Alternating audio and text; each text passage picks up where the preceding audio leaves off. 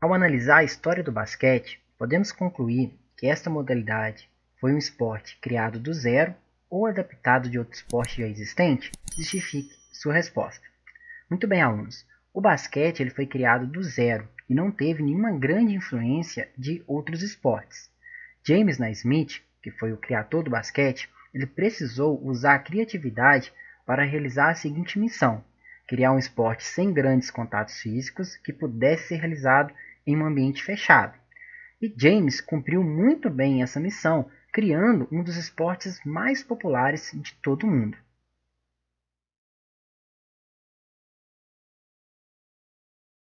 Qual a duração total de uma partida de basquete da NBA? Muito bem, pessoal. A duração total é de 48 minutos, sendo dividida em 4 períodos de 12 minutos. Destaco a vocês que em jogos de basquete fora da NBA, como por exemplo na NBB, campeonatos mundiais, Olimpíadas, campeonatos europeus, as partidas de basquete ela tem a duração total de 40 minutos, já que fora da NBA, os jogos de basquete são divididos em 4 períodos de 10 minutos. Porém, como a NBA é uma liga toda especial, ela tem essa mudança na regra. Os seus jogos têm a duração de 48 minutos, sendo divididos assim, então, dessa forma, 4 períodos de 12 minutos.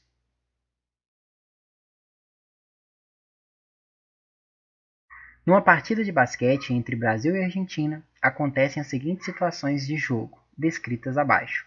Considerando que o árbitro da partida assinalou infração em todos os lances, assinale E para erro e A para acerto das decisões do árbitro. Primeira situação: ao quicar a bola, um jogador da Argentina deixa a mesma tocar em um dos seus pés.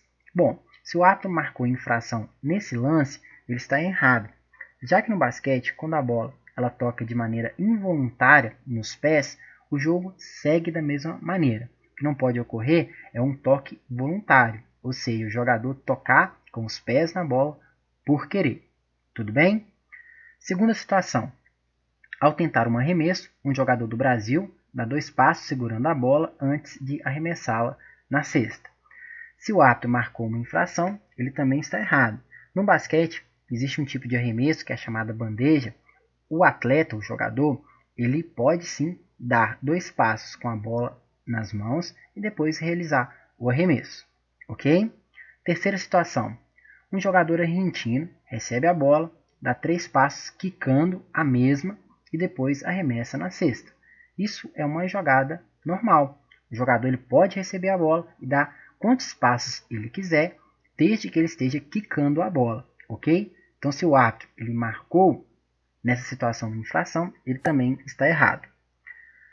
Quarta e última situação: um jogador brasileiro que se encontra dentro da sua área de ataque dá um passe para seu companheiro que se encontra dentro da área de defesa. Então, se o árbitro ele marcou essa infração, ele acertou. Isso é um acerto. A partir do momento que nós estamos na nossa área de ataque, nós não podemos mais voltar com a bola para a área de defesa.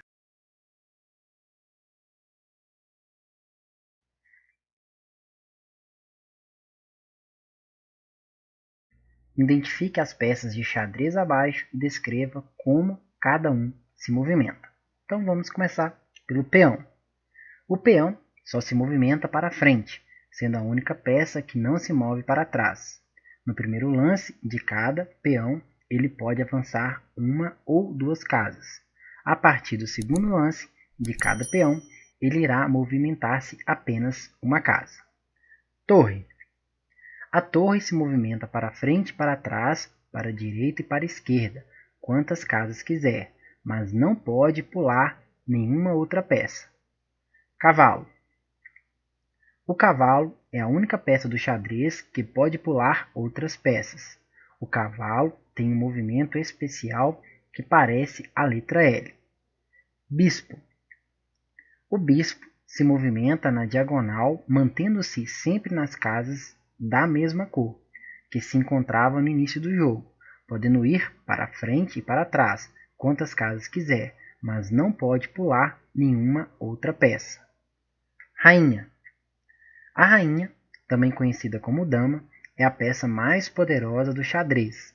Ela pode ir para frente ou para trás, para a direita ou para a esquerda, ou na diagonal, quantas casas quiser, mas não pode pular nenhuma outra peça.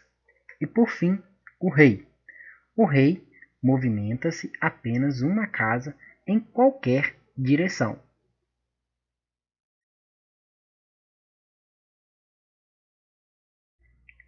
Dama é um jogo disputado em um tabuleiro idêntico ao do xadrez, em que o objetivo é capturar ou imobilizar todas as peças do adversário. Você já jogou damas? Explique as diferenças e semelhanças entre o jogo de damas e xadrez. Muito bem, pessoal, vou destacar aqui para vocês as principais semelhanças e as principais diferenças. Começando pelas semelhanças. O xadrez e a dama são jogos de tabuleiro onde o objetivo é capturar ou imobilizar as peças do adversário. Além disso, ambos os jogos se caracterizam por serem jogos de estratégia. Diferenças: no jogo de damas, as peças são todas iguais e com os mesmos movimentos. No xadrez, cada peça se move de uma maneira diferente. Além disso, apesar de terem o mesmo objetivo, que é de capturar ou imobilizar as peças, o xadrez e a dama possuem regras bem diferentes.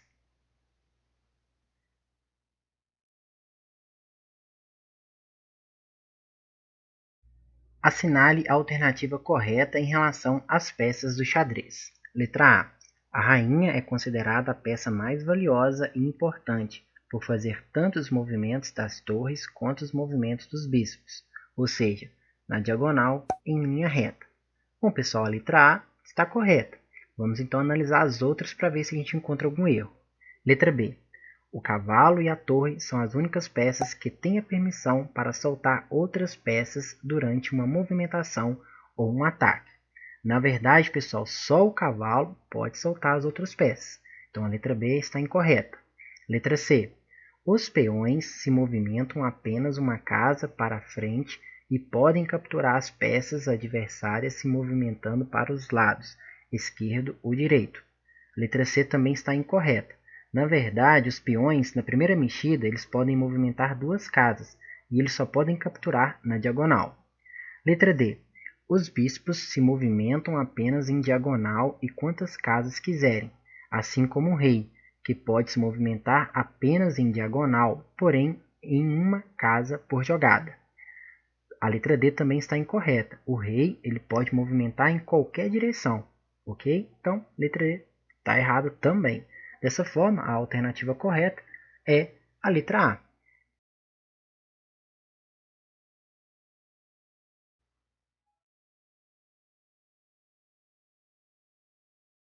Lixe abaixo os jogos e brincadeiras antigas sugeridos no texto que você já praticou. Lixe também algum outro jogo ou brincadeira antiga que você praticou, mas que não aparece no texto. Pois bem, pessoal, a atividade 1 é de cunho pessoal, vai depender de cada um de vocês. Vou deixar aqui um padrão de resposta. Já pratiquei os seguintes jogos e brincadeiras que estão no texto: bola de gude, empinar pipa, peão e passanel. Já pratiquei os seguintes jogos e brincadeiras que não apareceram no texto: taco, carrinho de rolimã, queimada e etc.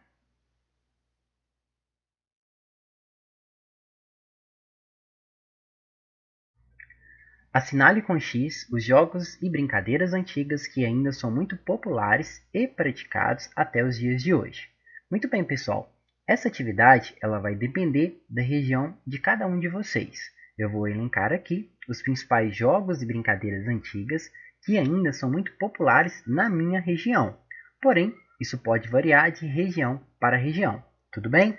Bom, então, os jogos e brincadeiras antigas ainda bastante populares na minha região são a queimada, a pipa, a amarelinha, o corta-três e a paulistinha. Outros jogos e brincadeiras, como futebol de botão, o rouba-bandeira, peão, bolinha de gude, finca, três marias e esconde-esconde, não são tão populares assim na minha região, porém, podem ser populares na região de vocês. Tudo bem?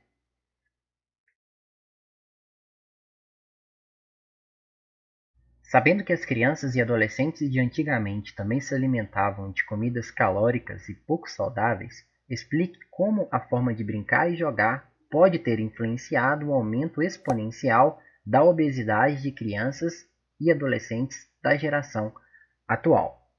Muito bem, pessoal. No passado, apesar dos jovens e adolescentes apresentarem padrões alimentares errôneos, eles estavam mais envolvidos na prática de vários jogos e brincadeiras que gastavam muito energia. Atualmente, os jovens e adolescentes, além de apresentarem padrões alimentares errôneos, eles estão cada vez menos envolvidos em atividades físicas. Os jogos e brincadeiras foram substituídos pelos games, celulares, TV e redes sociais. Essa triste realidade contribui para as altas taxas de obesidade entre essa faixa etária.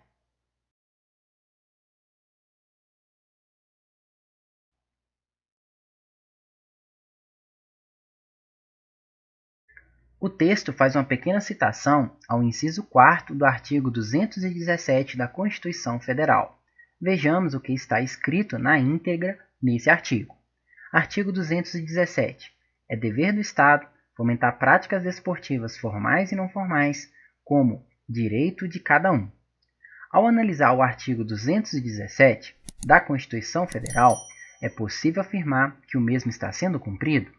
Qual é a realidade da fomentação de práticas esportivas na sua comunidade?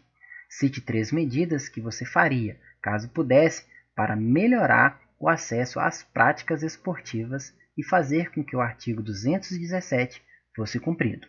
Pois bem, pessoal, essa primeira atividade ela é de cunho pessoal, ela vai depender de cada um de vocês e também vai depender da cidade que cada um de vocês moram. Eu vou deixar aqui um padrão de resposta, obviamente baseado na minha realidade, ou seja, baseado na minha cidade. Pois bem, o artigo 217 não está sendo cumprido.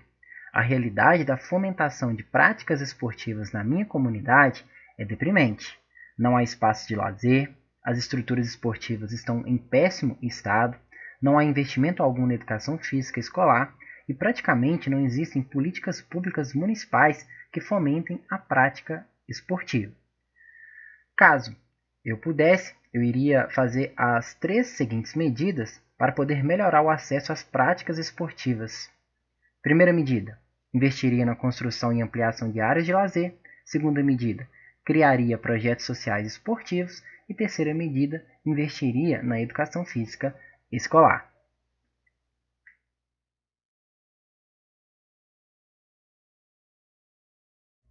Marque com X as regras da peteca que são idênticas às regras do voleibol de quadra. A altura da rede são idênticas. Então vamos marcar o X. Medidas da quadra. A quadra de peteca será menor que a quadra de voleibol, então é diferente. Número de toques por equipe também é diferente. Na peteca nós temos direito a apenas um toque para poder devolver a peteca à quadra adversária. Já no vôlei nós podemos dar 3 toques para poder devolver a bola à quadra adversária. Total de pontos para vencer um set é idêntico, 25 pontos. Total de sets para vencer a partida é diferente. Na peteca nós vamos precisar de 2 sets para vencer a partida, já no voleibol nós vamos precisar de 3 sets. Duração em minutos do set. Na verdade, no voleibol nós não temos uma duração por tempo, é apenas por pontuação. Já na peteca, a duração ela é por pontos ou por tempo, conforme nós vimos no vídeo da explicação. Número de jogadores em cada time também é diferente. Na peteca nós temos jogos individuais e jogos em duplas. Já no voleibol, cada equipe é composta por 6 jogadores. E por fim, presença da vantagem para marcar ponto. Não existe nem no voleibol, nem também na peteca.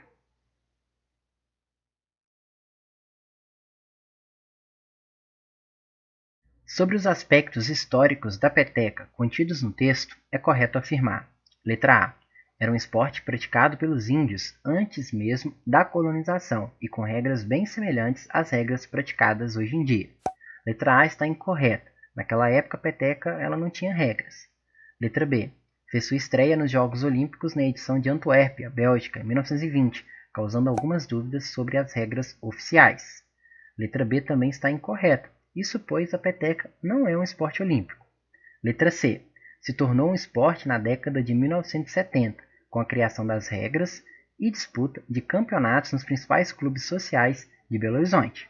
Aparentemente, a alternativa correta é a letra C, porém, vamos analisar a alternativa D. Mesmo com o esforço da Federação Mineira de Peteca e da Confederação Brasileira de Esportes Terrestres, a peteca nunca se popularizou além dos clubes de Belo Horizonte e região metropolitana.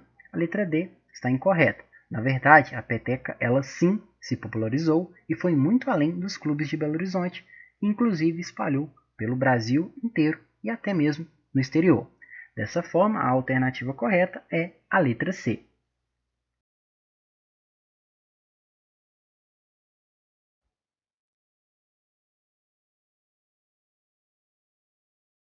Escolha o esporte que você mais gosta de jogar ou assistir e descreva quais são as principais capacidades físicas que o praticante deve desempenhar para ter sucesso no jogo.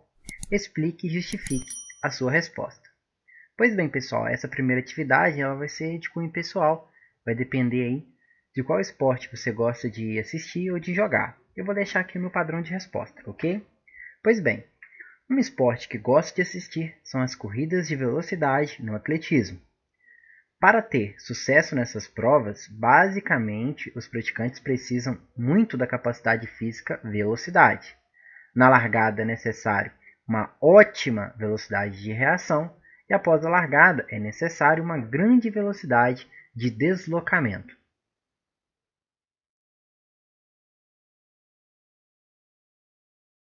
Observem as imagens abaixo e identifique as capacidades físicas predominantes. Pois bem, na primeira imagem nós conseguimos perceber uma atleta realizando o levantamento de peso, então obviamente a capacidade física predominante é a força.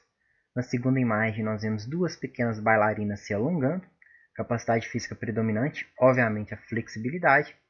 E na terceira imagem nós conseguimos perceber um atleta realizando uma corrida, que parece ser um sprint. Obviamente, a capacidade física predominante é a velocidade.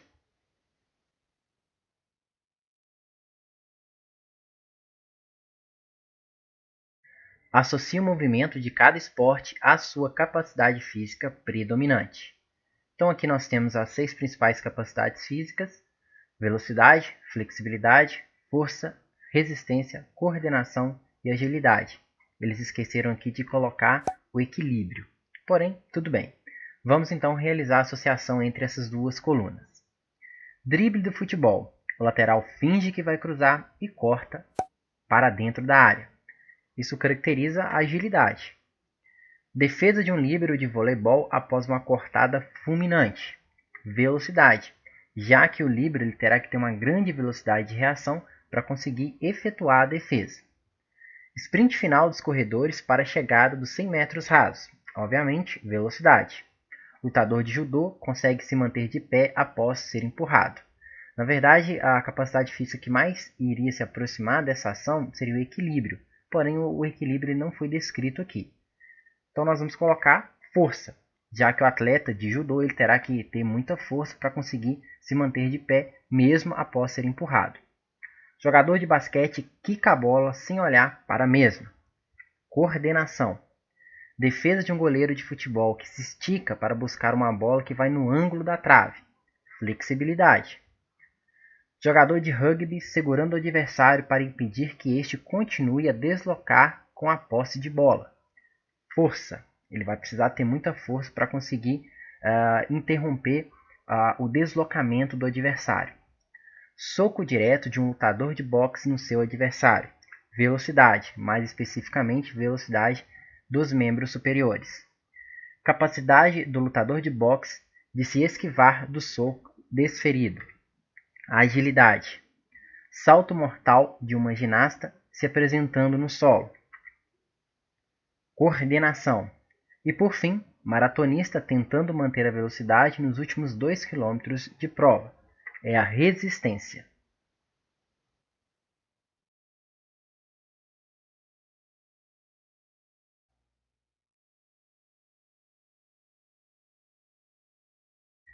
Assinale a alternativa correta que tenha provas de ginástica artística comuns para homens e mulheres. Letra A. Solo e trave de equilíbrio. Pois bem, o solo é uma prova presente tanto em competições masculinas quanto em competições femininas. Porém, a trave de equilíbrio é uma prova exclusiva para as competições femininas. Sendo assim, a letra A está incorreta. Letra C. Barra fixa e barra paralela.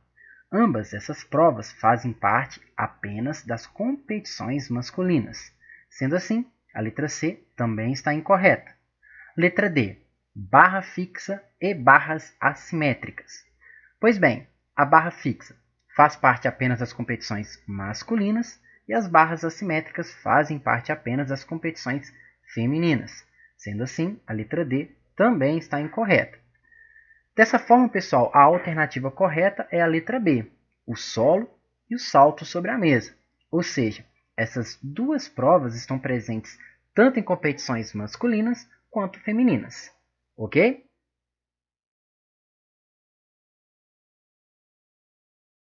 Com base nos estudos da semana 5, cite as capacidades físicas predominantes em cada uma das seguintes modalidades da ginástica artística. Então vamos lá. Trave de equilíbrio. Temos a predominância do equilíbrio, obviamente. Solo, predominância da coordenação. Argolas, predominância da força. Barras paralelas, predominância tanto da força quanto de agilidade. Salto sobre a mesa, predominância de velocidade e coordenação. E, por fim, cavalo com alças, onde teremos a predominância da força e também coordenação.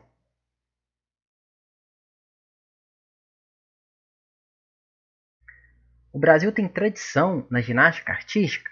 Sim, pessoal, tem muita tradição. Você conhece alguns ginastas brasileiros? Sim, eu conheço, como por exemplo a Daiane dos Santos e a Jade Barbosa. Se sim, cite e descreva a trajetória de pelo menos 2 ginastas brasileiros. Pois bem, começando pela Daiane dos Santos.